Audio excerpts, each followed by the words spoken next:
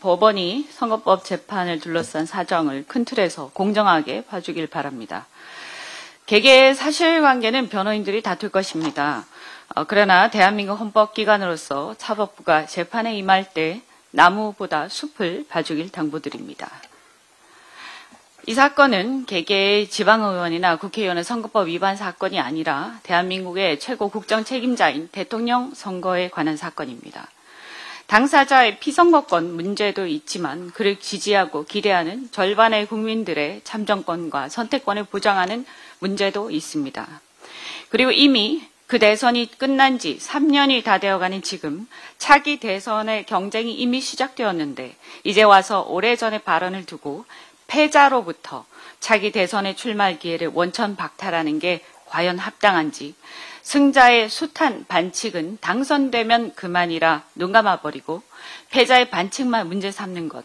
그래서 실은 사실상 무효였던 선거에서 패자의 몇 마디 발언을 두고 그 피선거권을 박탈하는 것은 저는 헌법상 평등원칙, 비례의 원칙, 과잉금지의 원칙 위반, 그리고 참정권 침해란 생각을 합니다.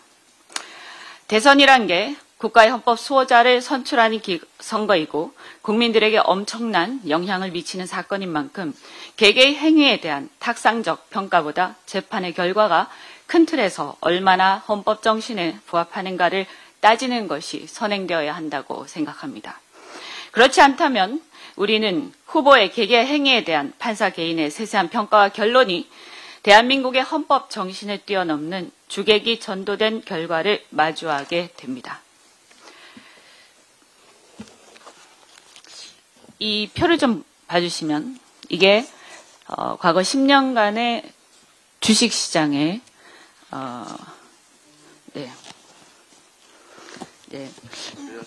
글로벌 주요 증시 연평균 수익률입니다. 미국에 비해서 우리가 6분의 1도 안 되고요. 대만에 비해서 5분의 1도 안 되고 그리고 일본에 비해서도 3분의 1 정도밖에 안 됩니다. 심지어 중국보다 못합니다. 이런 상황이 어떻게 벌어졌다고 생각을 하십니까? 이런 상태에서 우리나라가 더 앞으로 나갈 수가 있겠습니까? 과거 우리나라는 추격자였습니다. 선진국에서 성공한 산업 모델을 열심히 쫓아가면 되었습니다. 국가가 주도하고 재벌이 중심이 된 산업정책이 성공한 이유였습니다. 이제 우리나라가 선진국이 되어서 다른 선진국들과 같은 출발선상에서 경쟁하고 있습니다. 미래가 불확실해서 미리 알 수가 없고 이제는 보고 쫓아갈 나라가 없습니다. 재벌 1, 2세의 기업가 정신도 이제는 희미해져가고 있습니다. 이제는 기업인들 스스로 모험을 감수하고 앞으로 나아가야 합니다. 선진국에서는 그럴 때 민간 자본시장의 집단지성이 움직입니다. 따라서 자본시장 주도 경제성장이 필요하다고 저는 생각합니다. 그런데 그 자본시장의 생태계가 공정하지 않아서 집단지성이 발전할 수 없고 발전할 수 없다면 그 나라는 선진국 문턱에서 주저앉을 수밖에 없습니다. 과거 추격자 모델로는 한계가 있기 때문입니다. 우리나라가 바로 그 지점에 와 있습니다. 최근 문제가 되고 있는 LG엔솔, 이스페타시스, 두산 에너빌리티 이런 경우 언제든지 지배주주가 일반 주주 지분을 탈취해도 눈뜨고 당할 수밖에 없는 그런 시장에서 누가 투자를 하겠습니까? 중국에서조차 작년 말에 이런 이사의 주주에 대한 책임이 도입이 되었다고 합니다. 그런데 우리나라에는 없습니다.